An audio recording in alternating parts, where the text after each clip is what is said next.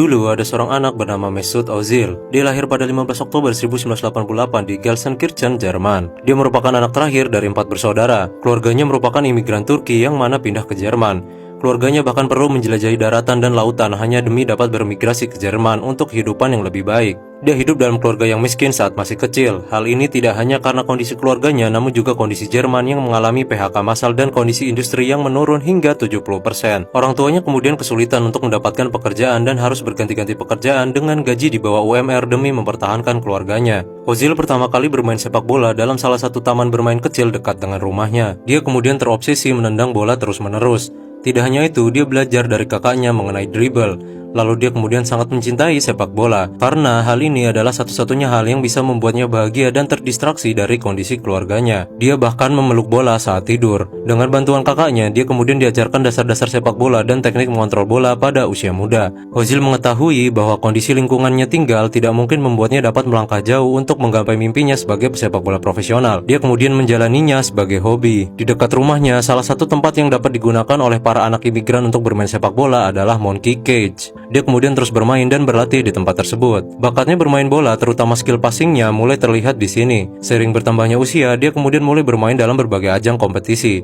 Karena dedikasinya, dia kemudian mewakili sekolahnya dalam berbagai ajang sepak bola. Pada tahun 1995, dia menyadari bahwa sepak bola dapat mengubah hidupnya. Dia kemudian mendapatkan banyak motivasi dan mimpi untuk suatu saat dapat bermain sepak bola secara profesional. Ozil merupakan anak yang cukup cerdas saat di sekolah, namun dia akhirnya memilih memfokuskan karirnya dalam sepak bola. Di tahun ini, dia kemudian masuk ke dalam klub Westfalia Gelsenkirchen, namun dia memiliki masalah lainnya karena dia merupakan anak yang cukup pemalu. Dia kemudian mencoba untuk lebih dapat bersosialisasi saat bermain sepak bola. Dia kemudian bermain untuk beberapa klub lainnya seperti Teutonia Schalke Nord di tahun 1998, Schalke Gelsenkirchen di tahun 1999, dan Rot-Weiss Essen di tahun 2000. Hingga akhirnya karena performanya yang luar biasa, dia kemudian mendapatkan kesempatan untuk bermain di Schalke di tahun 2005. Di sini, manajemen sudah memprediksi bahwa Ozil akan menjadi seorang pemain bola yang hebat. Namun karena isu keuangan, Ozil kemudian menolak untuk memperpanjang kontrak karena merasa bayarannya terlalu rendah. Dia kemudian memutuskan untuk pindah bermain di Werder Bremen pada tahun 2008. Dia kemudian bermain di klub ini hingga tahun 2010. Dalam 71 pertandingan, dia kemudian berhasil mencetak 13 gol dengan lebih dari 17 assist. Dia dianggap membawa perubahan yang besar dalam klub tersebut dan merupakan pemain yang hebat. Dia kemudian mendapatkan kesempatan untuk membela tim nasional Jerman. Dia kemudian bermain dalam Under 19 dan Under 21 dari tahun 2006 hingga 2009. Performanya yang luar biasa dalam berbagai ajang nasional dan Piala Dunia kemudian membuatnya menjadi salah satu talenta muda yang dicari oleh berbagai tim seperti Barcelona, Arsenal, dan Real Madrid. Dia kemudian dikontrak oleh Real Madrid pada 17 Agustus 2010. Di sini dia lebih sering dimainkan sebagai cadangan untuk menggantikan Kakak.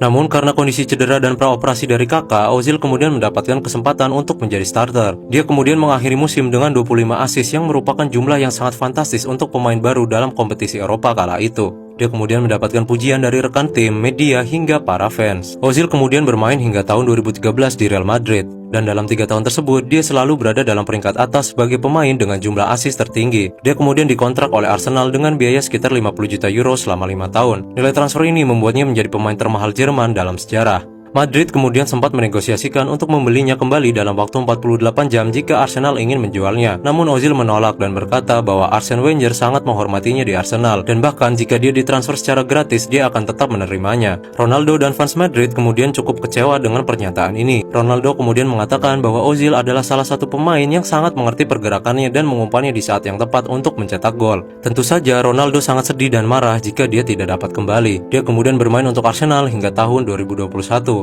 Di musim pertamanya, dia berhasil mencetak 7 gol dengan 13 assist dalam 40 pertandingan yang mana sangat berharga dan berhasil membuat Arsenal memenangkan FA Cup. Dia kemudian berhasil membawa Arsenal memenangkan 2 FA Cup lagi di musim 2014-2015 dan musim 2016-2017. Selain itu, pada musim 2015-2016, dia juga menjadi Premier League Assist Leader. Pada akhir musim 2018 dengan Arsenal, dia mengalami cedera dan performanya menurun, bahkan mengalami masalah dengan pelatihnya Unai Emery.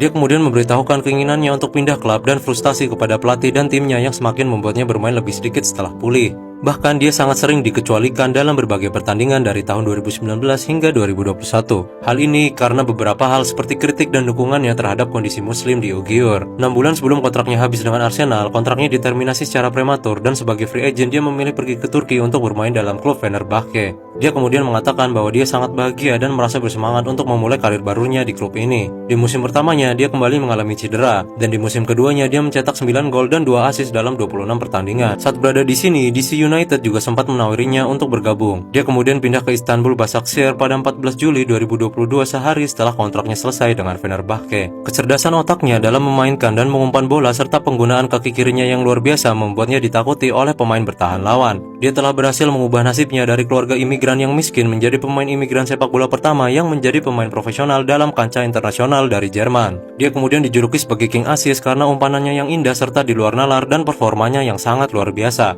terutama saat berada di Real Madrid dan Arsenal. Semoga cerita kali ini dapat menginspirasi Anda. Terima kasih dan salam intelektual.